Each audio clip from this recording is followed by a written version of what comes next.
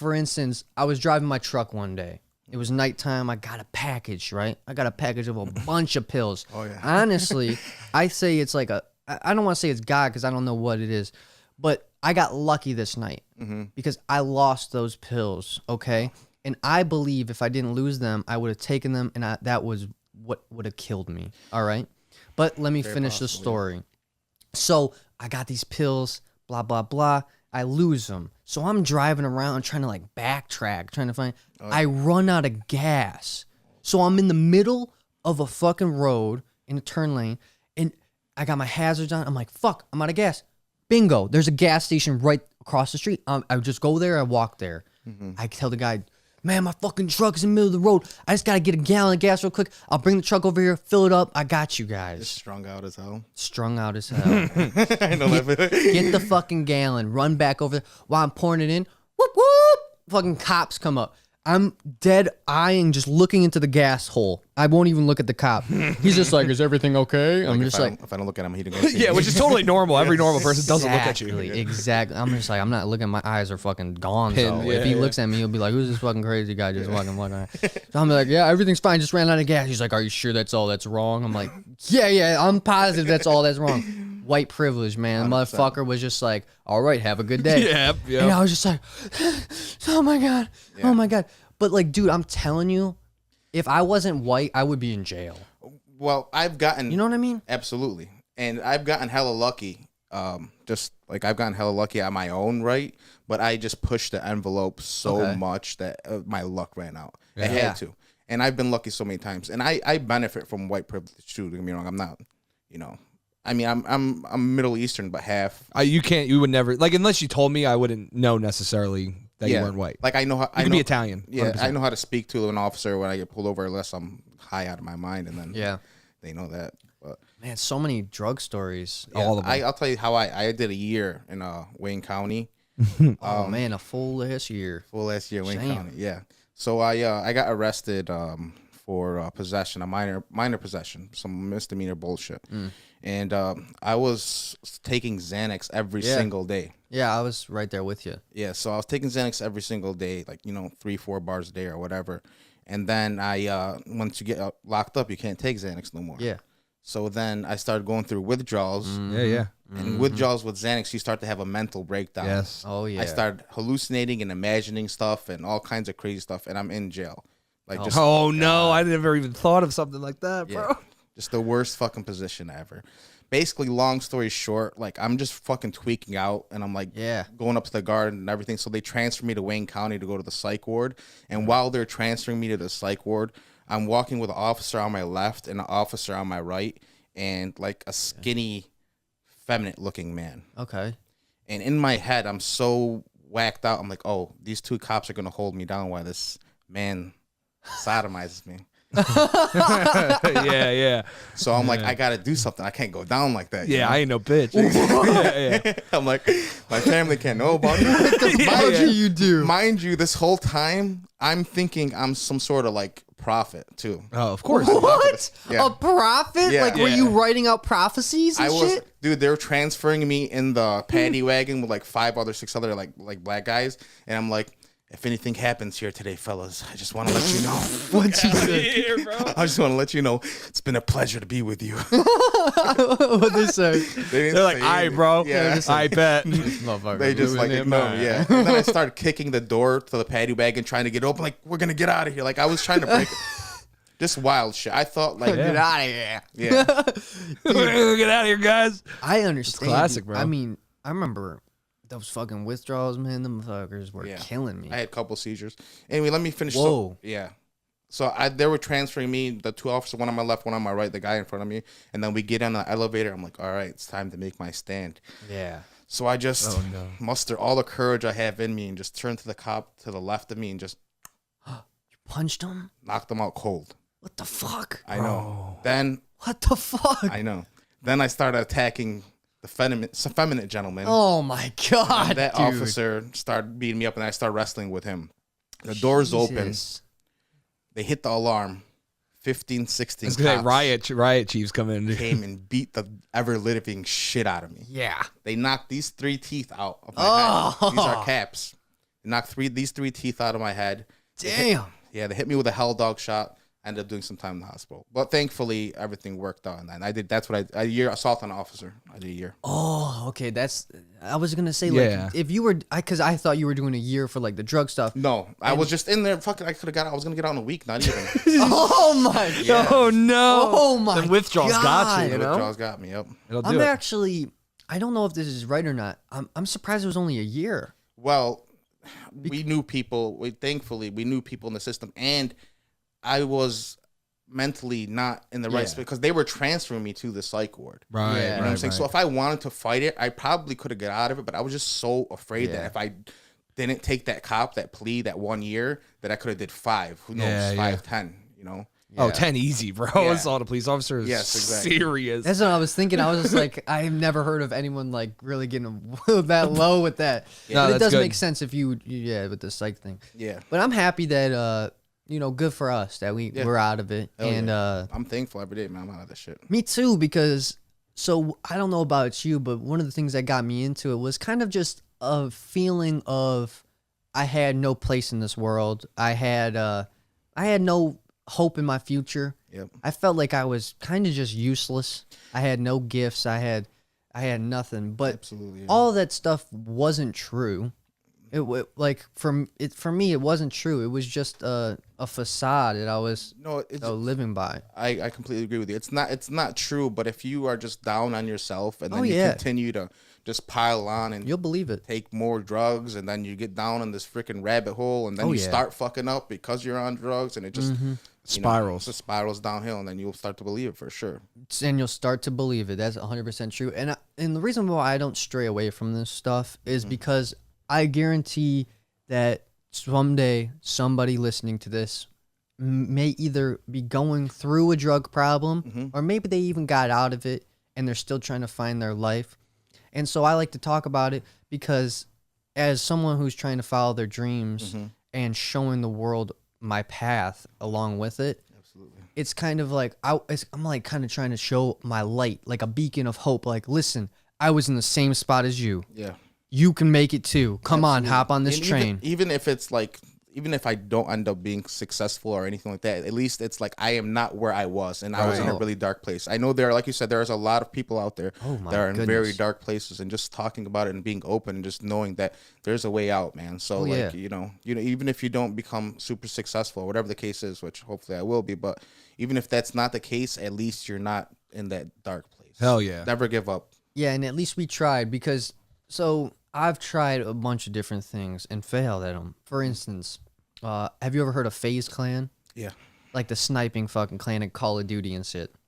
Man, that was like one of the first dreams I had as a kid. I was probably like 9 years old, 10 years old. Fucking, I want to be in FaZe Clan. So, and like, that was my fucking dream, man. It was a passion of mine, Call of Duty and such. Did I make it? No. Is my life fine, and am I still chasing new dreams? Yes. But you're still doing something in the same vein, though. Like, you're doing something in media. Sometimes you got to pivot. On YouTube. Yeah. Sometimes pivot's a good word. Sometimes you got to pivot. 100%. But I'm still doing the same thing, which is chasing a passion, chasing a dream. Yeah. And I do this stuff because I think this world that we live in is so unique, so weird. We have science and tools to actually prove that we came from a Big Bang. I don't care what you say. I like science. I love science. I like tools. You know what I'm saying? Yeah, I agree. And we have tools that can make us literally visualize and see the Big Bang happening. So I'm chilling with that theory. Well, I agree with that theory as well. I feel like there's some sort of Big Bang, but that doesn't mean that this proves God. I agree. I agree as well. Where did the Big Bang? How did the Big Bang start? Is the question. The hard part is with both of those is that like no matter what, whether you're talking about Big Bang or God, right? It all ends at that point, right? Like, well, where's God at then, or where'd the Big Bang happen, right? It just ends there. It could be turtles all the way down. Like, do gods just create other universes all the time, where other gods create other universes? You know, and we just don't know yet. It's something that we just don't know. And that's the part that's cool though, right? Is like we get to like live in that cool. world of uncertainty. You know, listen, I think it's very cool because fuck yeah, man. It gives us, it proves that we don't have all the answers, and it gives hope for future generations that they still have equations to solve. Yeah, it's like they're not getting born into a world where it's all figured out. Yeah, I genuinely think that we're not the first advanced society to even live on this planet. This Earth is so old. Old as fuck. Yeah. It's older than we really know. I mean, we can judge it, I know, based on rock formations or whatever the hell they use. Yeah. You know, but like I guarantee you that there was a civilization as advanced as ours that lived on this Earth that was doing everything we're doing now and probably even more advanced. But something came along, wiped them out. The plants grew over them, you know, trees, the Earth shifted, changed. They're probably living in the desert now or under the polar ice caps, under the sea. Who knows? Never know. It's possible. I mean, we got like I remember hearing shit about Mars recently, where they're saying like there was like waterways or something like that. There's like, a bunch of stuff. There's like spherical rocks, so they know that like obviously there had to be water because the only way you can get a perfect sphere is through water erosion, shit like that. So and then there's like certain things on Mars that have been like, has there been fucking people here? And maybe we started there. Knows? Yeah, we don't. I mean, it's a big thing people think about for sure. Why I started that up, this conversation about the Big Bang and such, is that. So I think, well, quite literally, the odds of our universe being created are so slim. I mean, literally everything had to go right up until this moment for it to happen. Okay, and so that is so crazy to me, and the odds of all that is so crazy. So that's interesting. I'm sorry. I'm going to take a. So that's why I take risks on myself, and that's why I try to envision my future, and I try to follow these things, is because what we're living in is so crazy. Why can't I just get what I want? That little out of my step life? extra is nothing. Yeah, 100%. And there's definitely something to like to going after what you want. It's like hell yeah. There's something almost like hypnotic about it. Yeah. Once you finally get what you're chasing, you know, and just going after and getting this cosmic. It's like almost a cosmic miracle or something like that. Like you can literally do whatever you want to do. It's strange, to a certain extent, yeah. Because even if you fail at some things, just hit that pivot. Yeah. Like I'm telling you. I don't know about you, but I have a lot of passions and loves in this world. So for say, the road I'm going on doesn't work. Okay, just for fun thinking about it. I would literally be okay with buying land, all right, having my own little farm with some animals, a bunch of fucking reefer, and like just living that kind of life. So why I say that is because there's not just one avenue that is a make or break for me. I have so many different streams and passions that, hey, if that road closes, I'm just make a right and fucking go left, up, and then I'll be on my road again. Like, you know what I'm saying? I agree with you, and that's admirable. I have a lot of hobbies. I don't have many passions besides comedy, which is unfortunate. But I could definitely see myself like just getting some land. Like I could do that for sure. And be happy and have like a nice family and something like that. Yeah, me too. Yeah, that wouldn't be terrible. Absolutely, no, for sure. And I don't know. I don't know why we're talking about this, but I don't know. It just happened, so let's just keep it rolling. Like, it's exciting to me. I talk about this stuff, and I try to prove it with my actions for the people that are on the edge, that are teetering on the edge about whether they're gonna try to follow in their dreams or not. Dude, like I don't know. No, I completely agree. Look, I was on that edge. I'm 30 years old. Yeah, what made you teeter onto the good side? I was in a relationship for like 2 years, a year and a half ago or something like that. Okay. And you know, I never really wanted to be married and settle down. Like, first off, I like women too much, and that was obviously a problem. Yeah. You could be Mormon though. Or Muslim. Oh, do they do that too? 4 wives, yeah. 4. Oh, that's perfect amount. You have to treat them all the same, though. That's okay. Yeah, that's fine. That sounds fair. Yeah, that's equal dick appointments. Exactly. Just like, well, that sounds great for me. You get Monday, you get Tuesday. Yeah, like it's equal. I have to treat you the same. I'm fine with that. Yeah. So there's that whole thing. You gotta convert. Yeah, down. Okay, there's that whole thing, and then there's like, so I was in this relationship, and I was just getting high every single day, like hiding it from her, and just not being honest with her. Yeah, and just, that sucks. Yeah, and just wanting to do comedy. Like I've been wanting to do it for like 5 years, but I would always put it off because I was either too afraid to get out and try it, or I just thought I wasn't believing in myself because, like I said, I was in that downward spiral, just getting high for like 6 months, then taking a couple of weeks off, and then sneaking back, and then just living in a terrible cycle, vicious cycle, And totally. I wasted almost 10 years, like from when I was 20 probably to, about a year ago. Okay. I wasted it just doing that shit, just, constantly getting high. And then one day I just like we were talking about earlier, I think it was something that had to do with the pandemic. It's like the world stopped. And where was I? I was just like pretty much this loser, like, I mean, I had a job making decent money, but like, what's $600-700 a week? I can buy a brand new pair of shoes or whatever the fuck I like, Yeah. But it's like, well, what's the upside here? Well, I want to go get a job working 60 hours, 60 hours a week, to make $100,000 a year just to raise. I'm not saying it's admirable. No, yeah. You know what I'm saying? I hear what you're saying. It's definitely admirable. And anybody who does that, like, I don't knock. I wish I could. I just don't have that kind of like drive. And I wish I did. I wish all I wanted was a family with a girl and, It would be simple, wouldn't it? It would. It would be simple. But I think that, the life that we are choosing makes our life more like a video game. Because like we're taking risks on our character. Yeah. And we're trying to level up our character.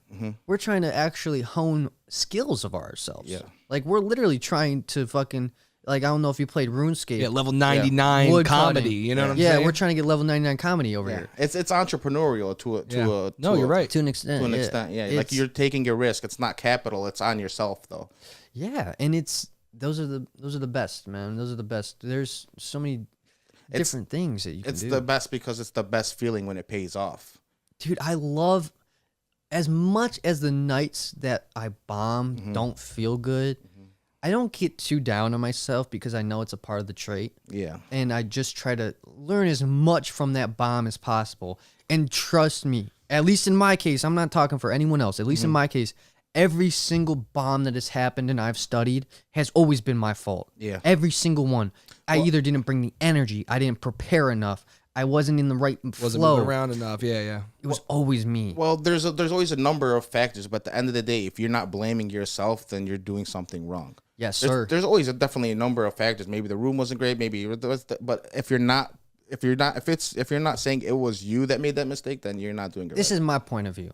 If there's people in the audience, then they have the free will to choose to laugh. They should be laughing. Absolutely. So if what I'm saying is truly funny, they will laugh. Absolutely. Yeah. And I'm kind of blanking on the whole thing right now, so I'm not going to describe it perfectly. But I have heard some people say like, "Oh man, the room was off a little bit." And I can kind of understand that. I can to a certain extent, but I truly think that, dude, laughing's a reflex. I know what you're saying. That makes a lot of sense. I never really thought about that, but you're right. I really think that it's the comic. Like, he has all the power. He is the one on stage. He is the one saying the things that should be funny. Yeah. And I forget which comedian said it, but he pretty much he was saying the same thing we are. Whether there's one person in the room or whether there's 300 people in the room, I'm going to get on that stage and perform like there's 5,000 every single time. Yeah. And I'm going to do my best. And if those people aren't laughing, it's not their fault, it's my fault. Yeah. That's just like in life in general, and what I've learned after, the short/long time I've been here. It's never anybody else's fault. It's always your fault. Personal responsibility is the main thing in life. So I agree with that. Personal responsibility. I like that phrase. I've been thinking about this over this past week in particular about just not having excuses. Because, like, in my point of view, an excuse is an easy way out. Behind every excuse is a truth that kind of can hurt sometimes, and that's why we make up an excuse because that's inside is the truth, and it can fucking be a bitch. Yeah. It can be a bitch. The truth is often a bitch. It can be usually. Yes, it can be, and that's why. That's so good though. That's like it's the best coping mechanism is an excuse to guard yourself from feeling hurt or guard yourself, and all you're gonna do is callous yourself from growth. Yeah. Once you take away your excuses and you get straight to the truths, you grow like a motherfucker. You just go. It's like Dogecoin spikes. Just you're fucking 7,000%ing. 100%. Yeah. 100%.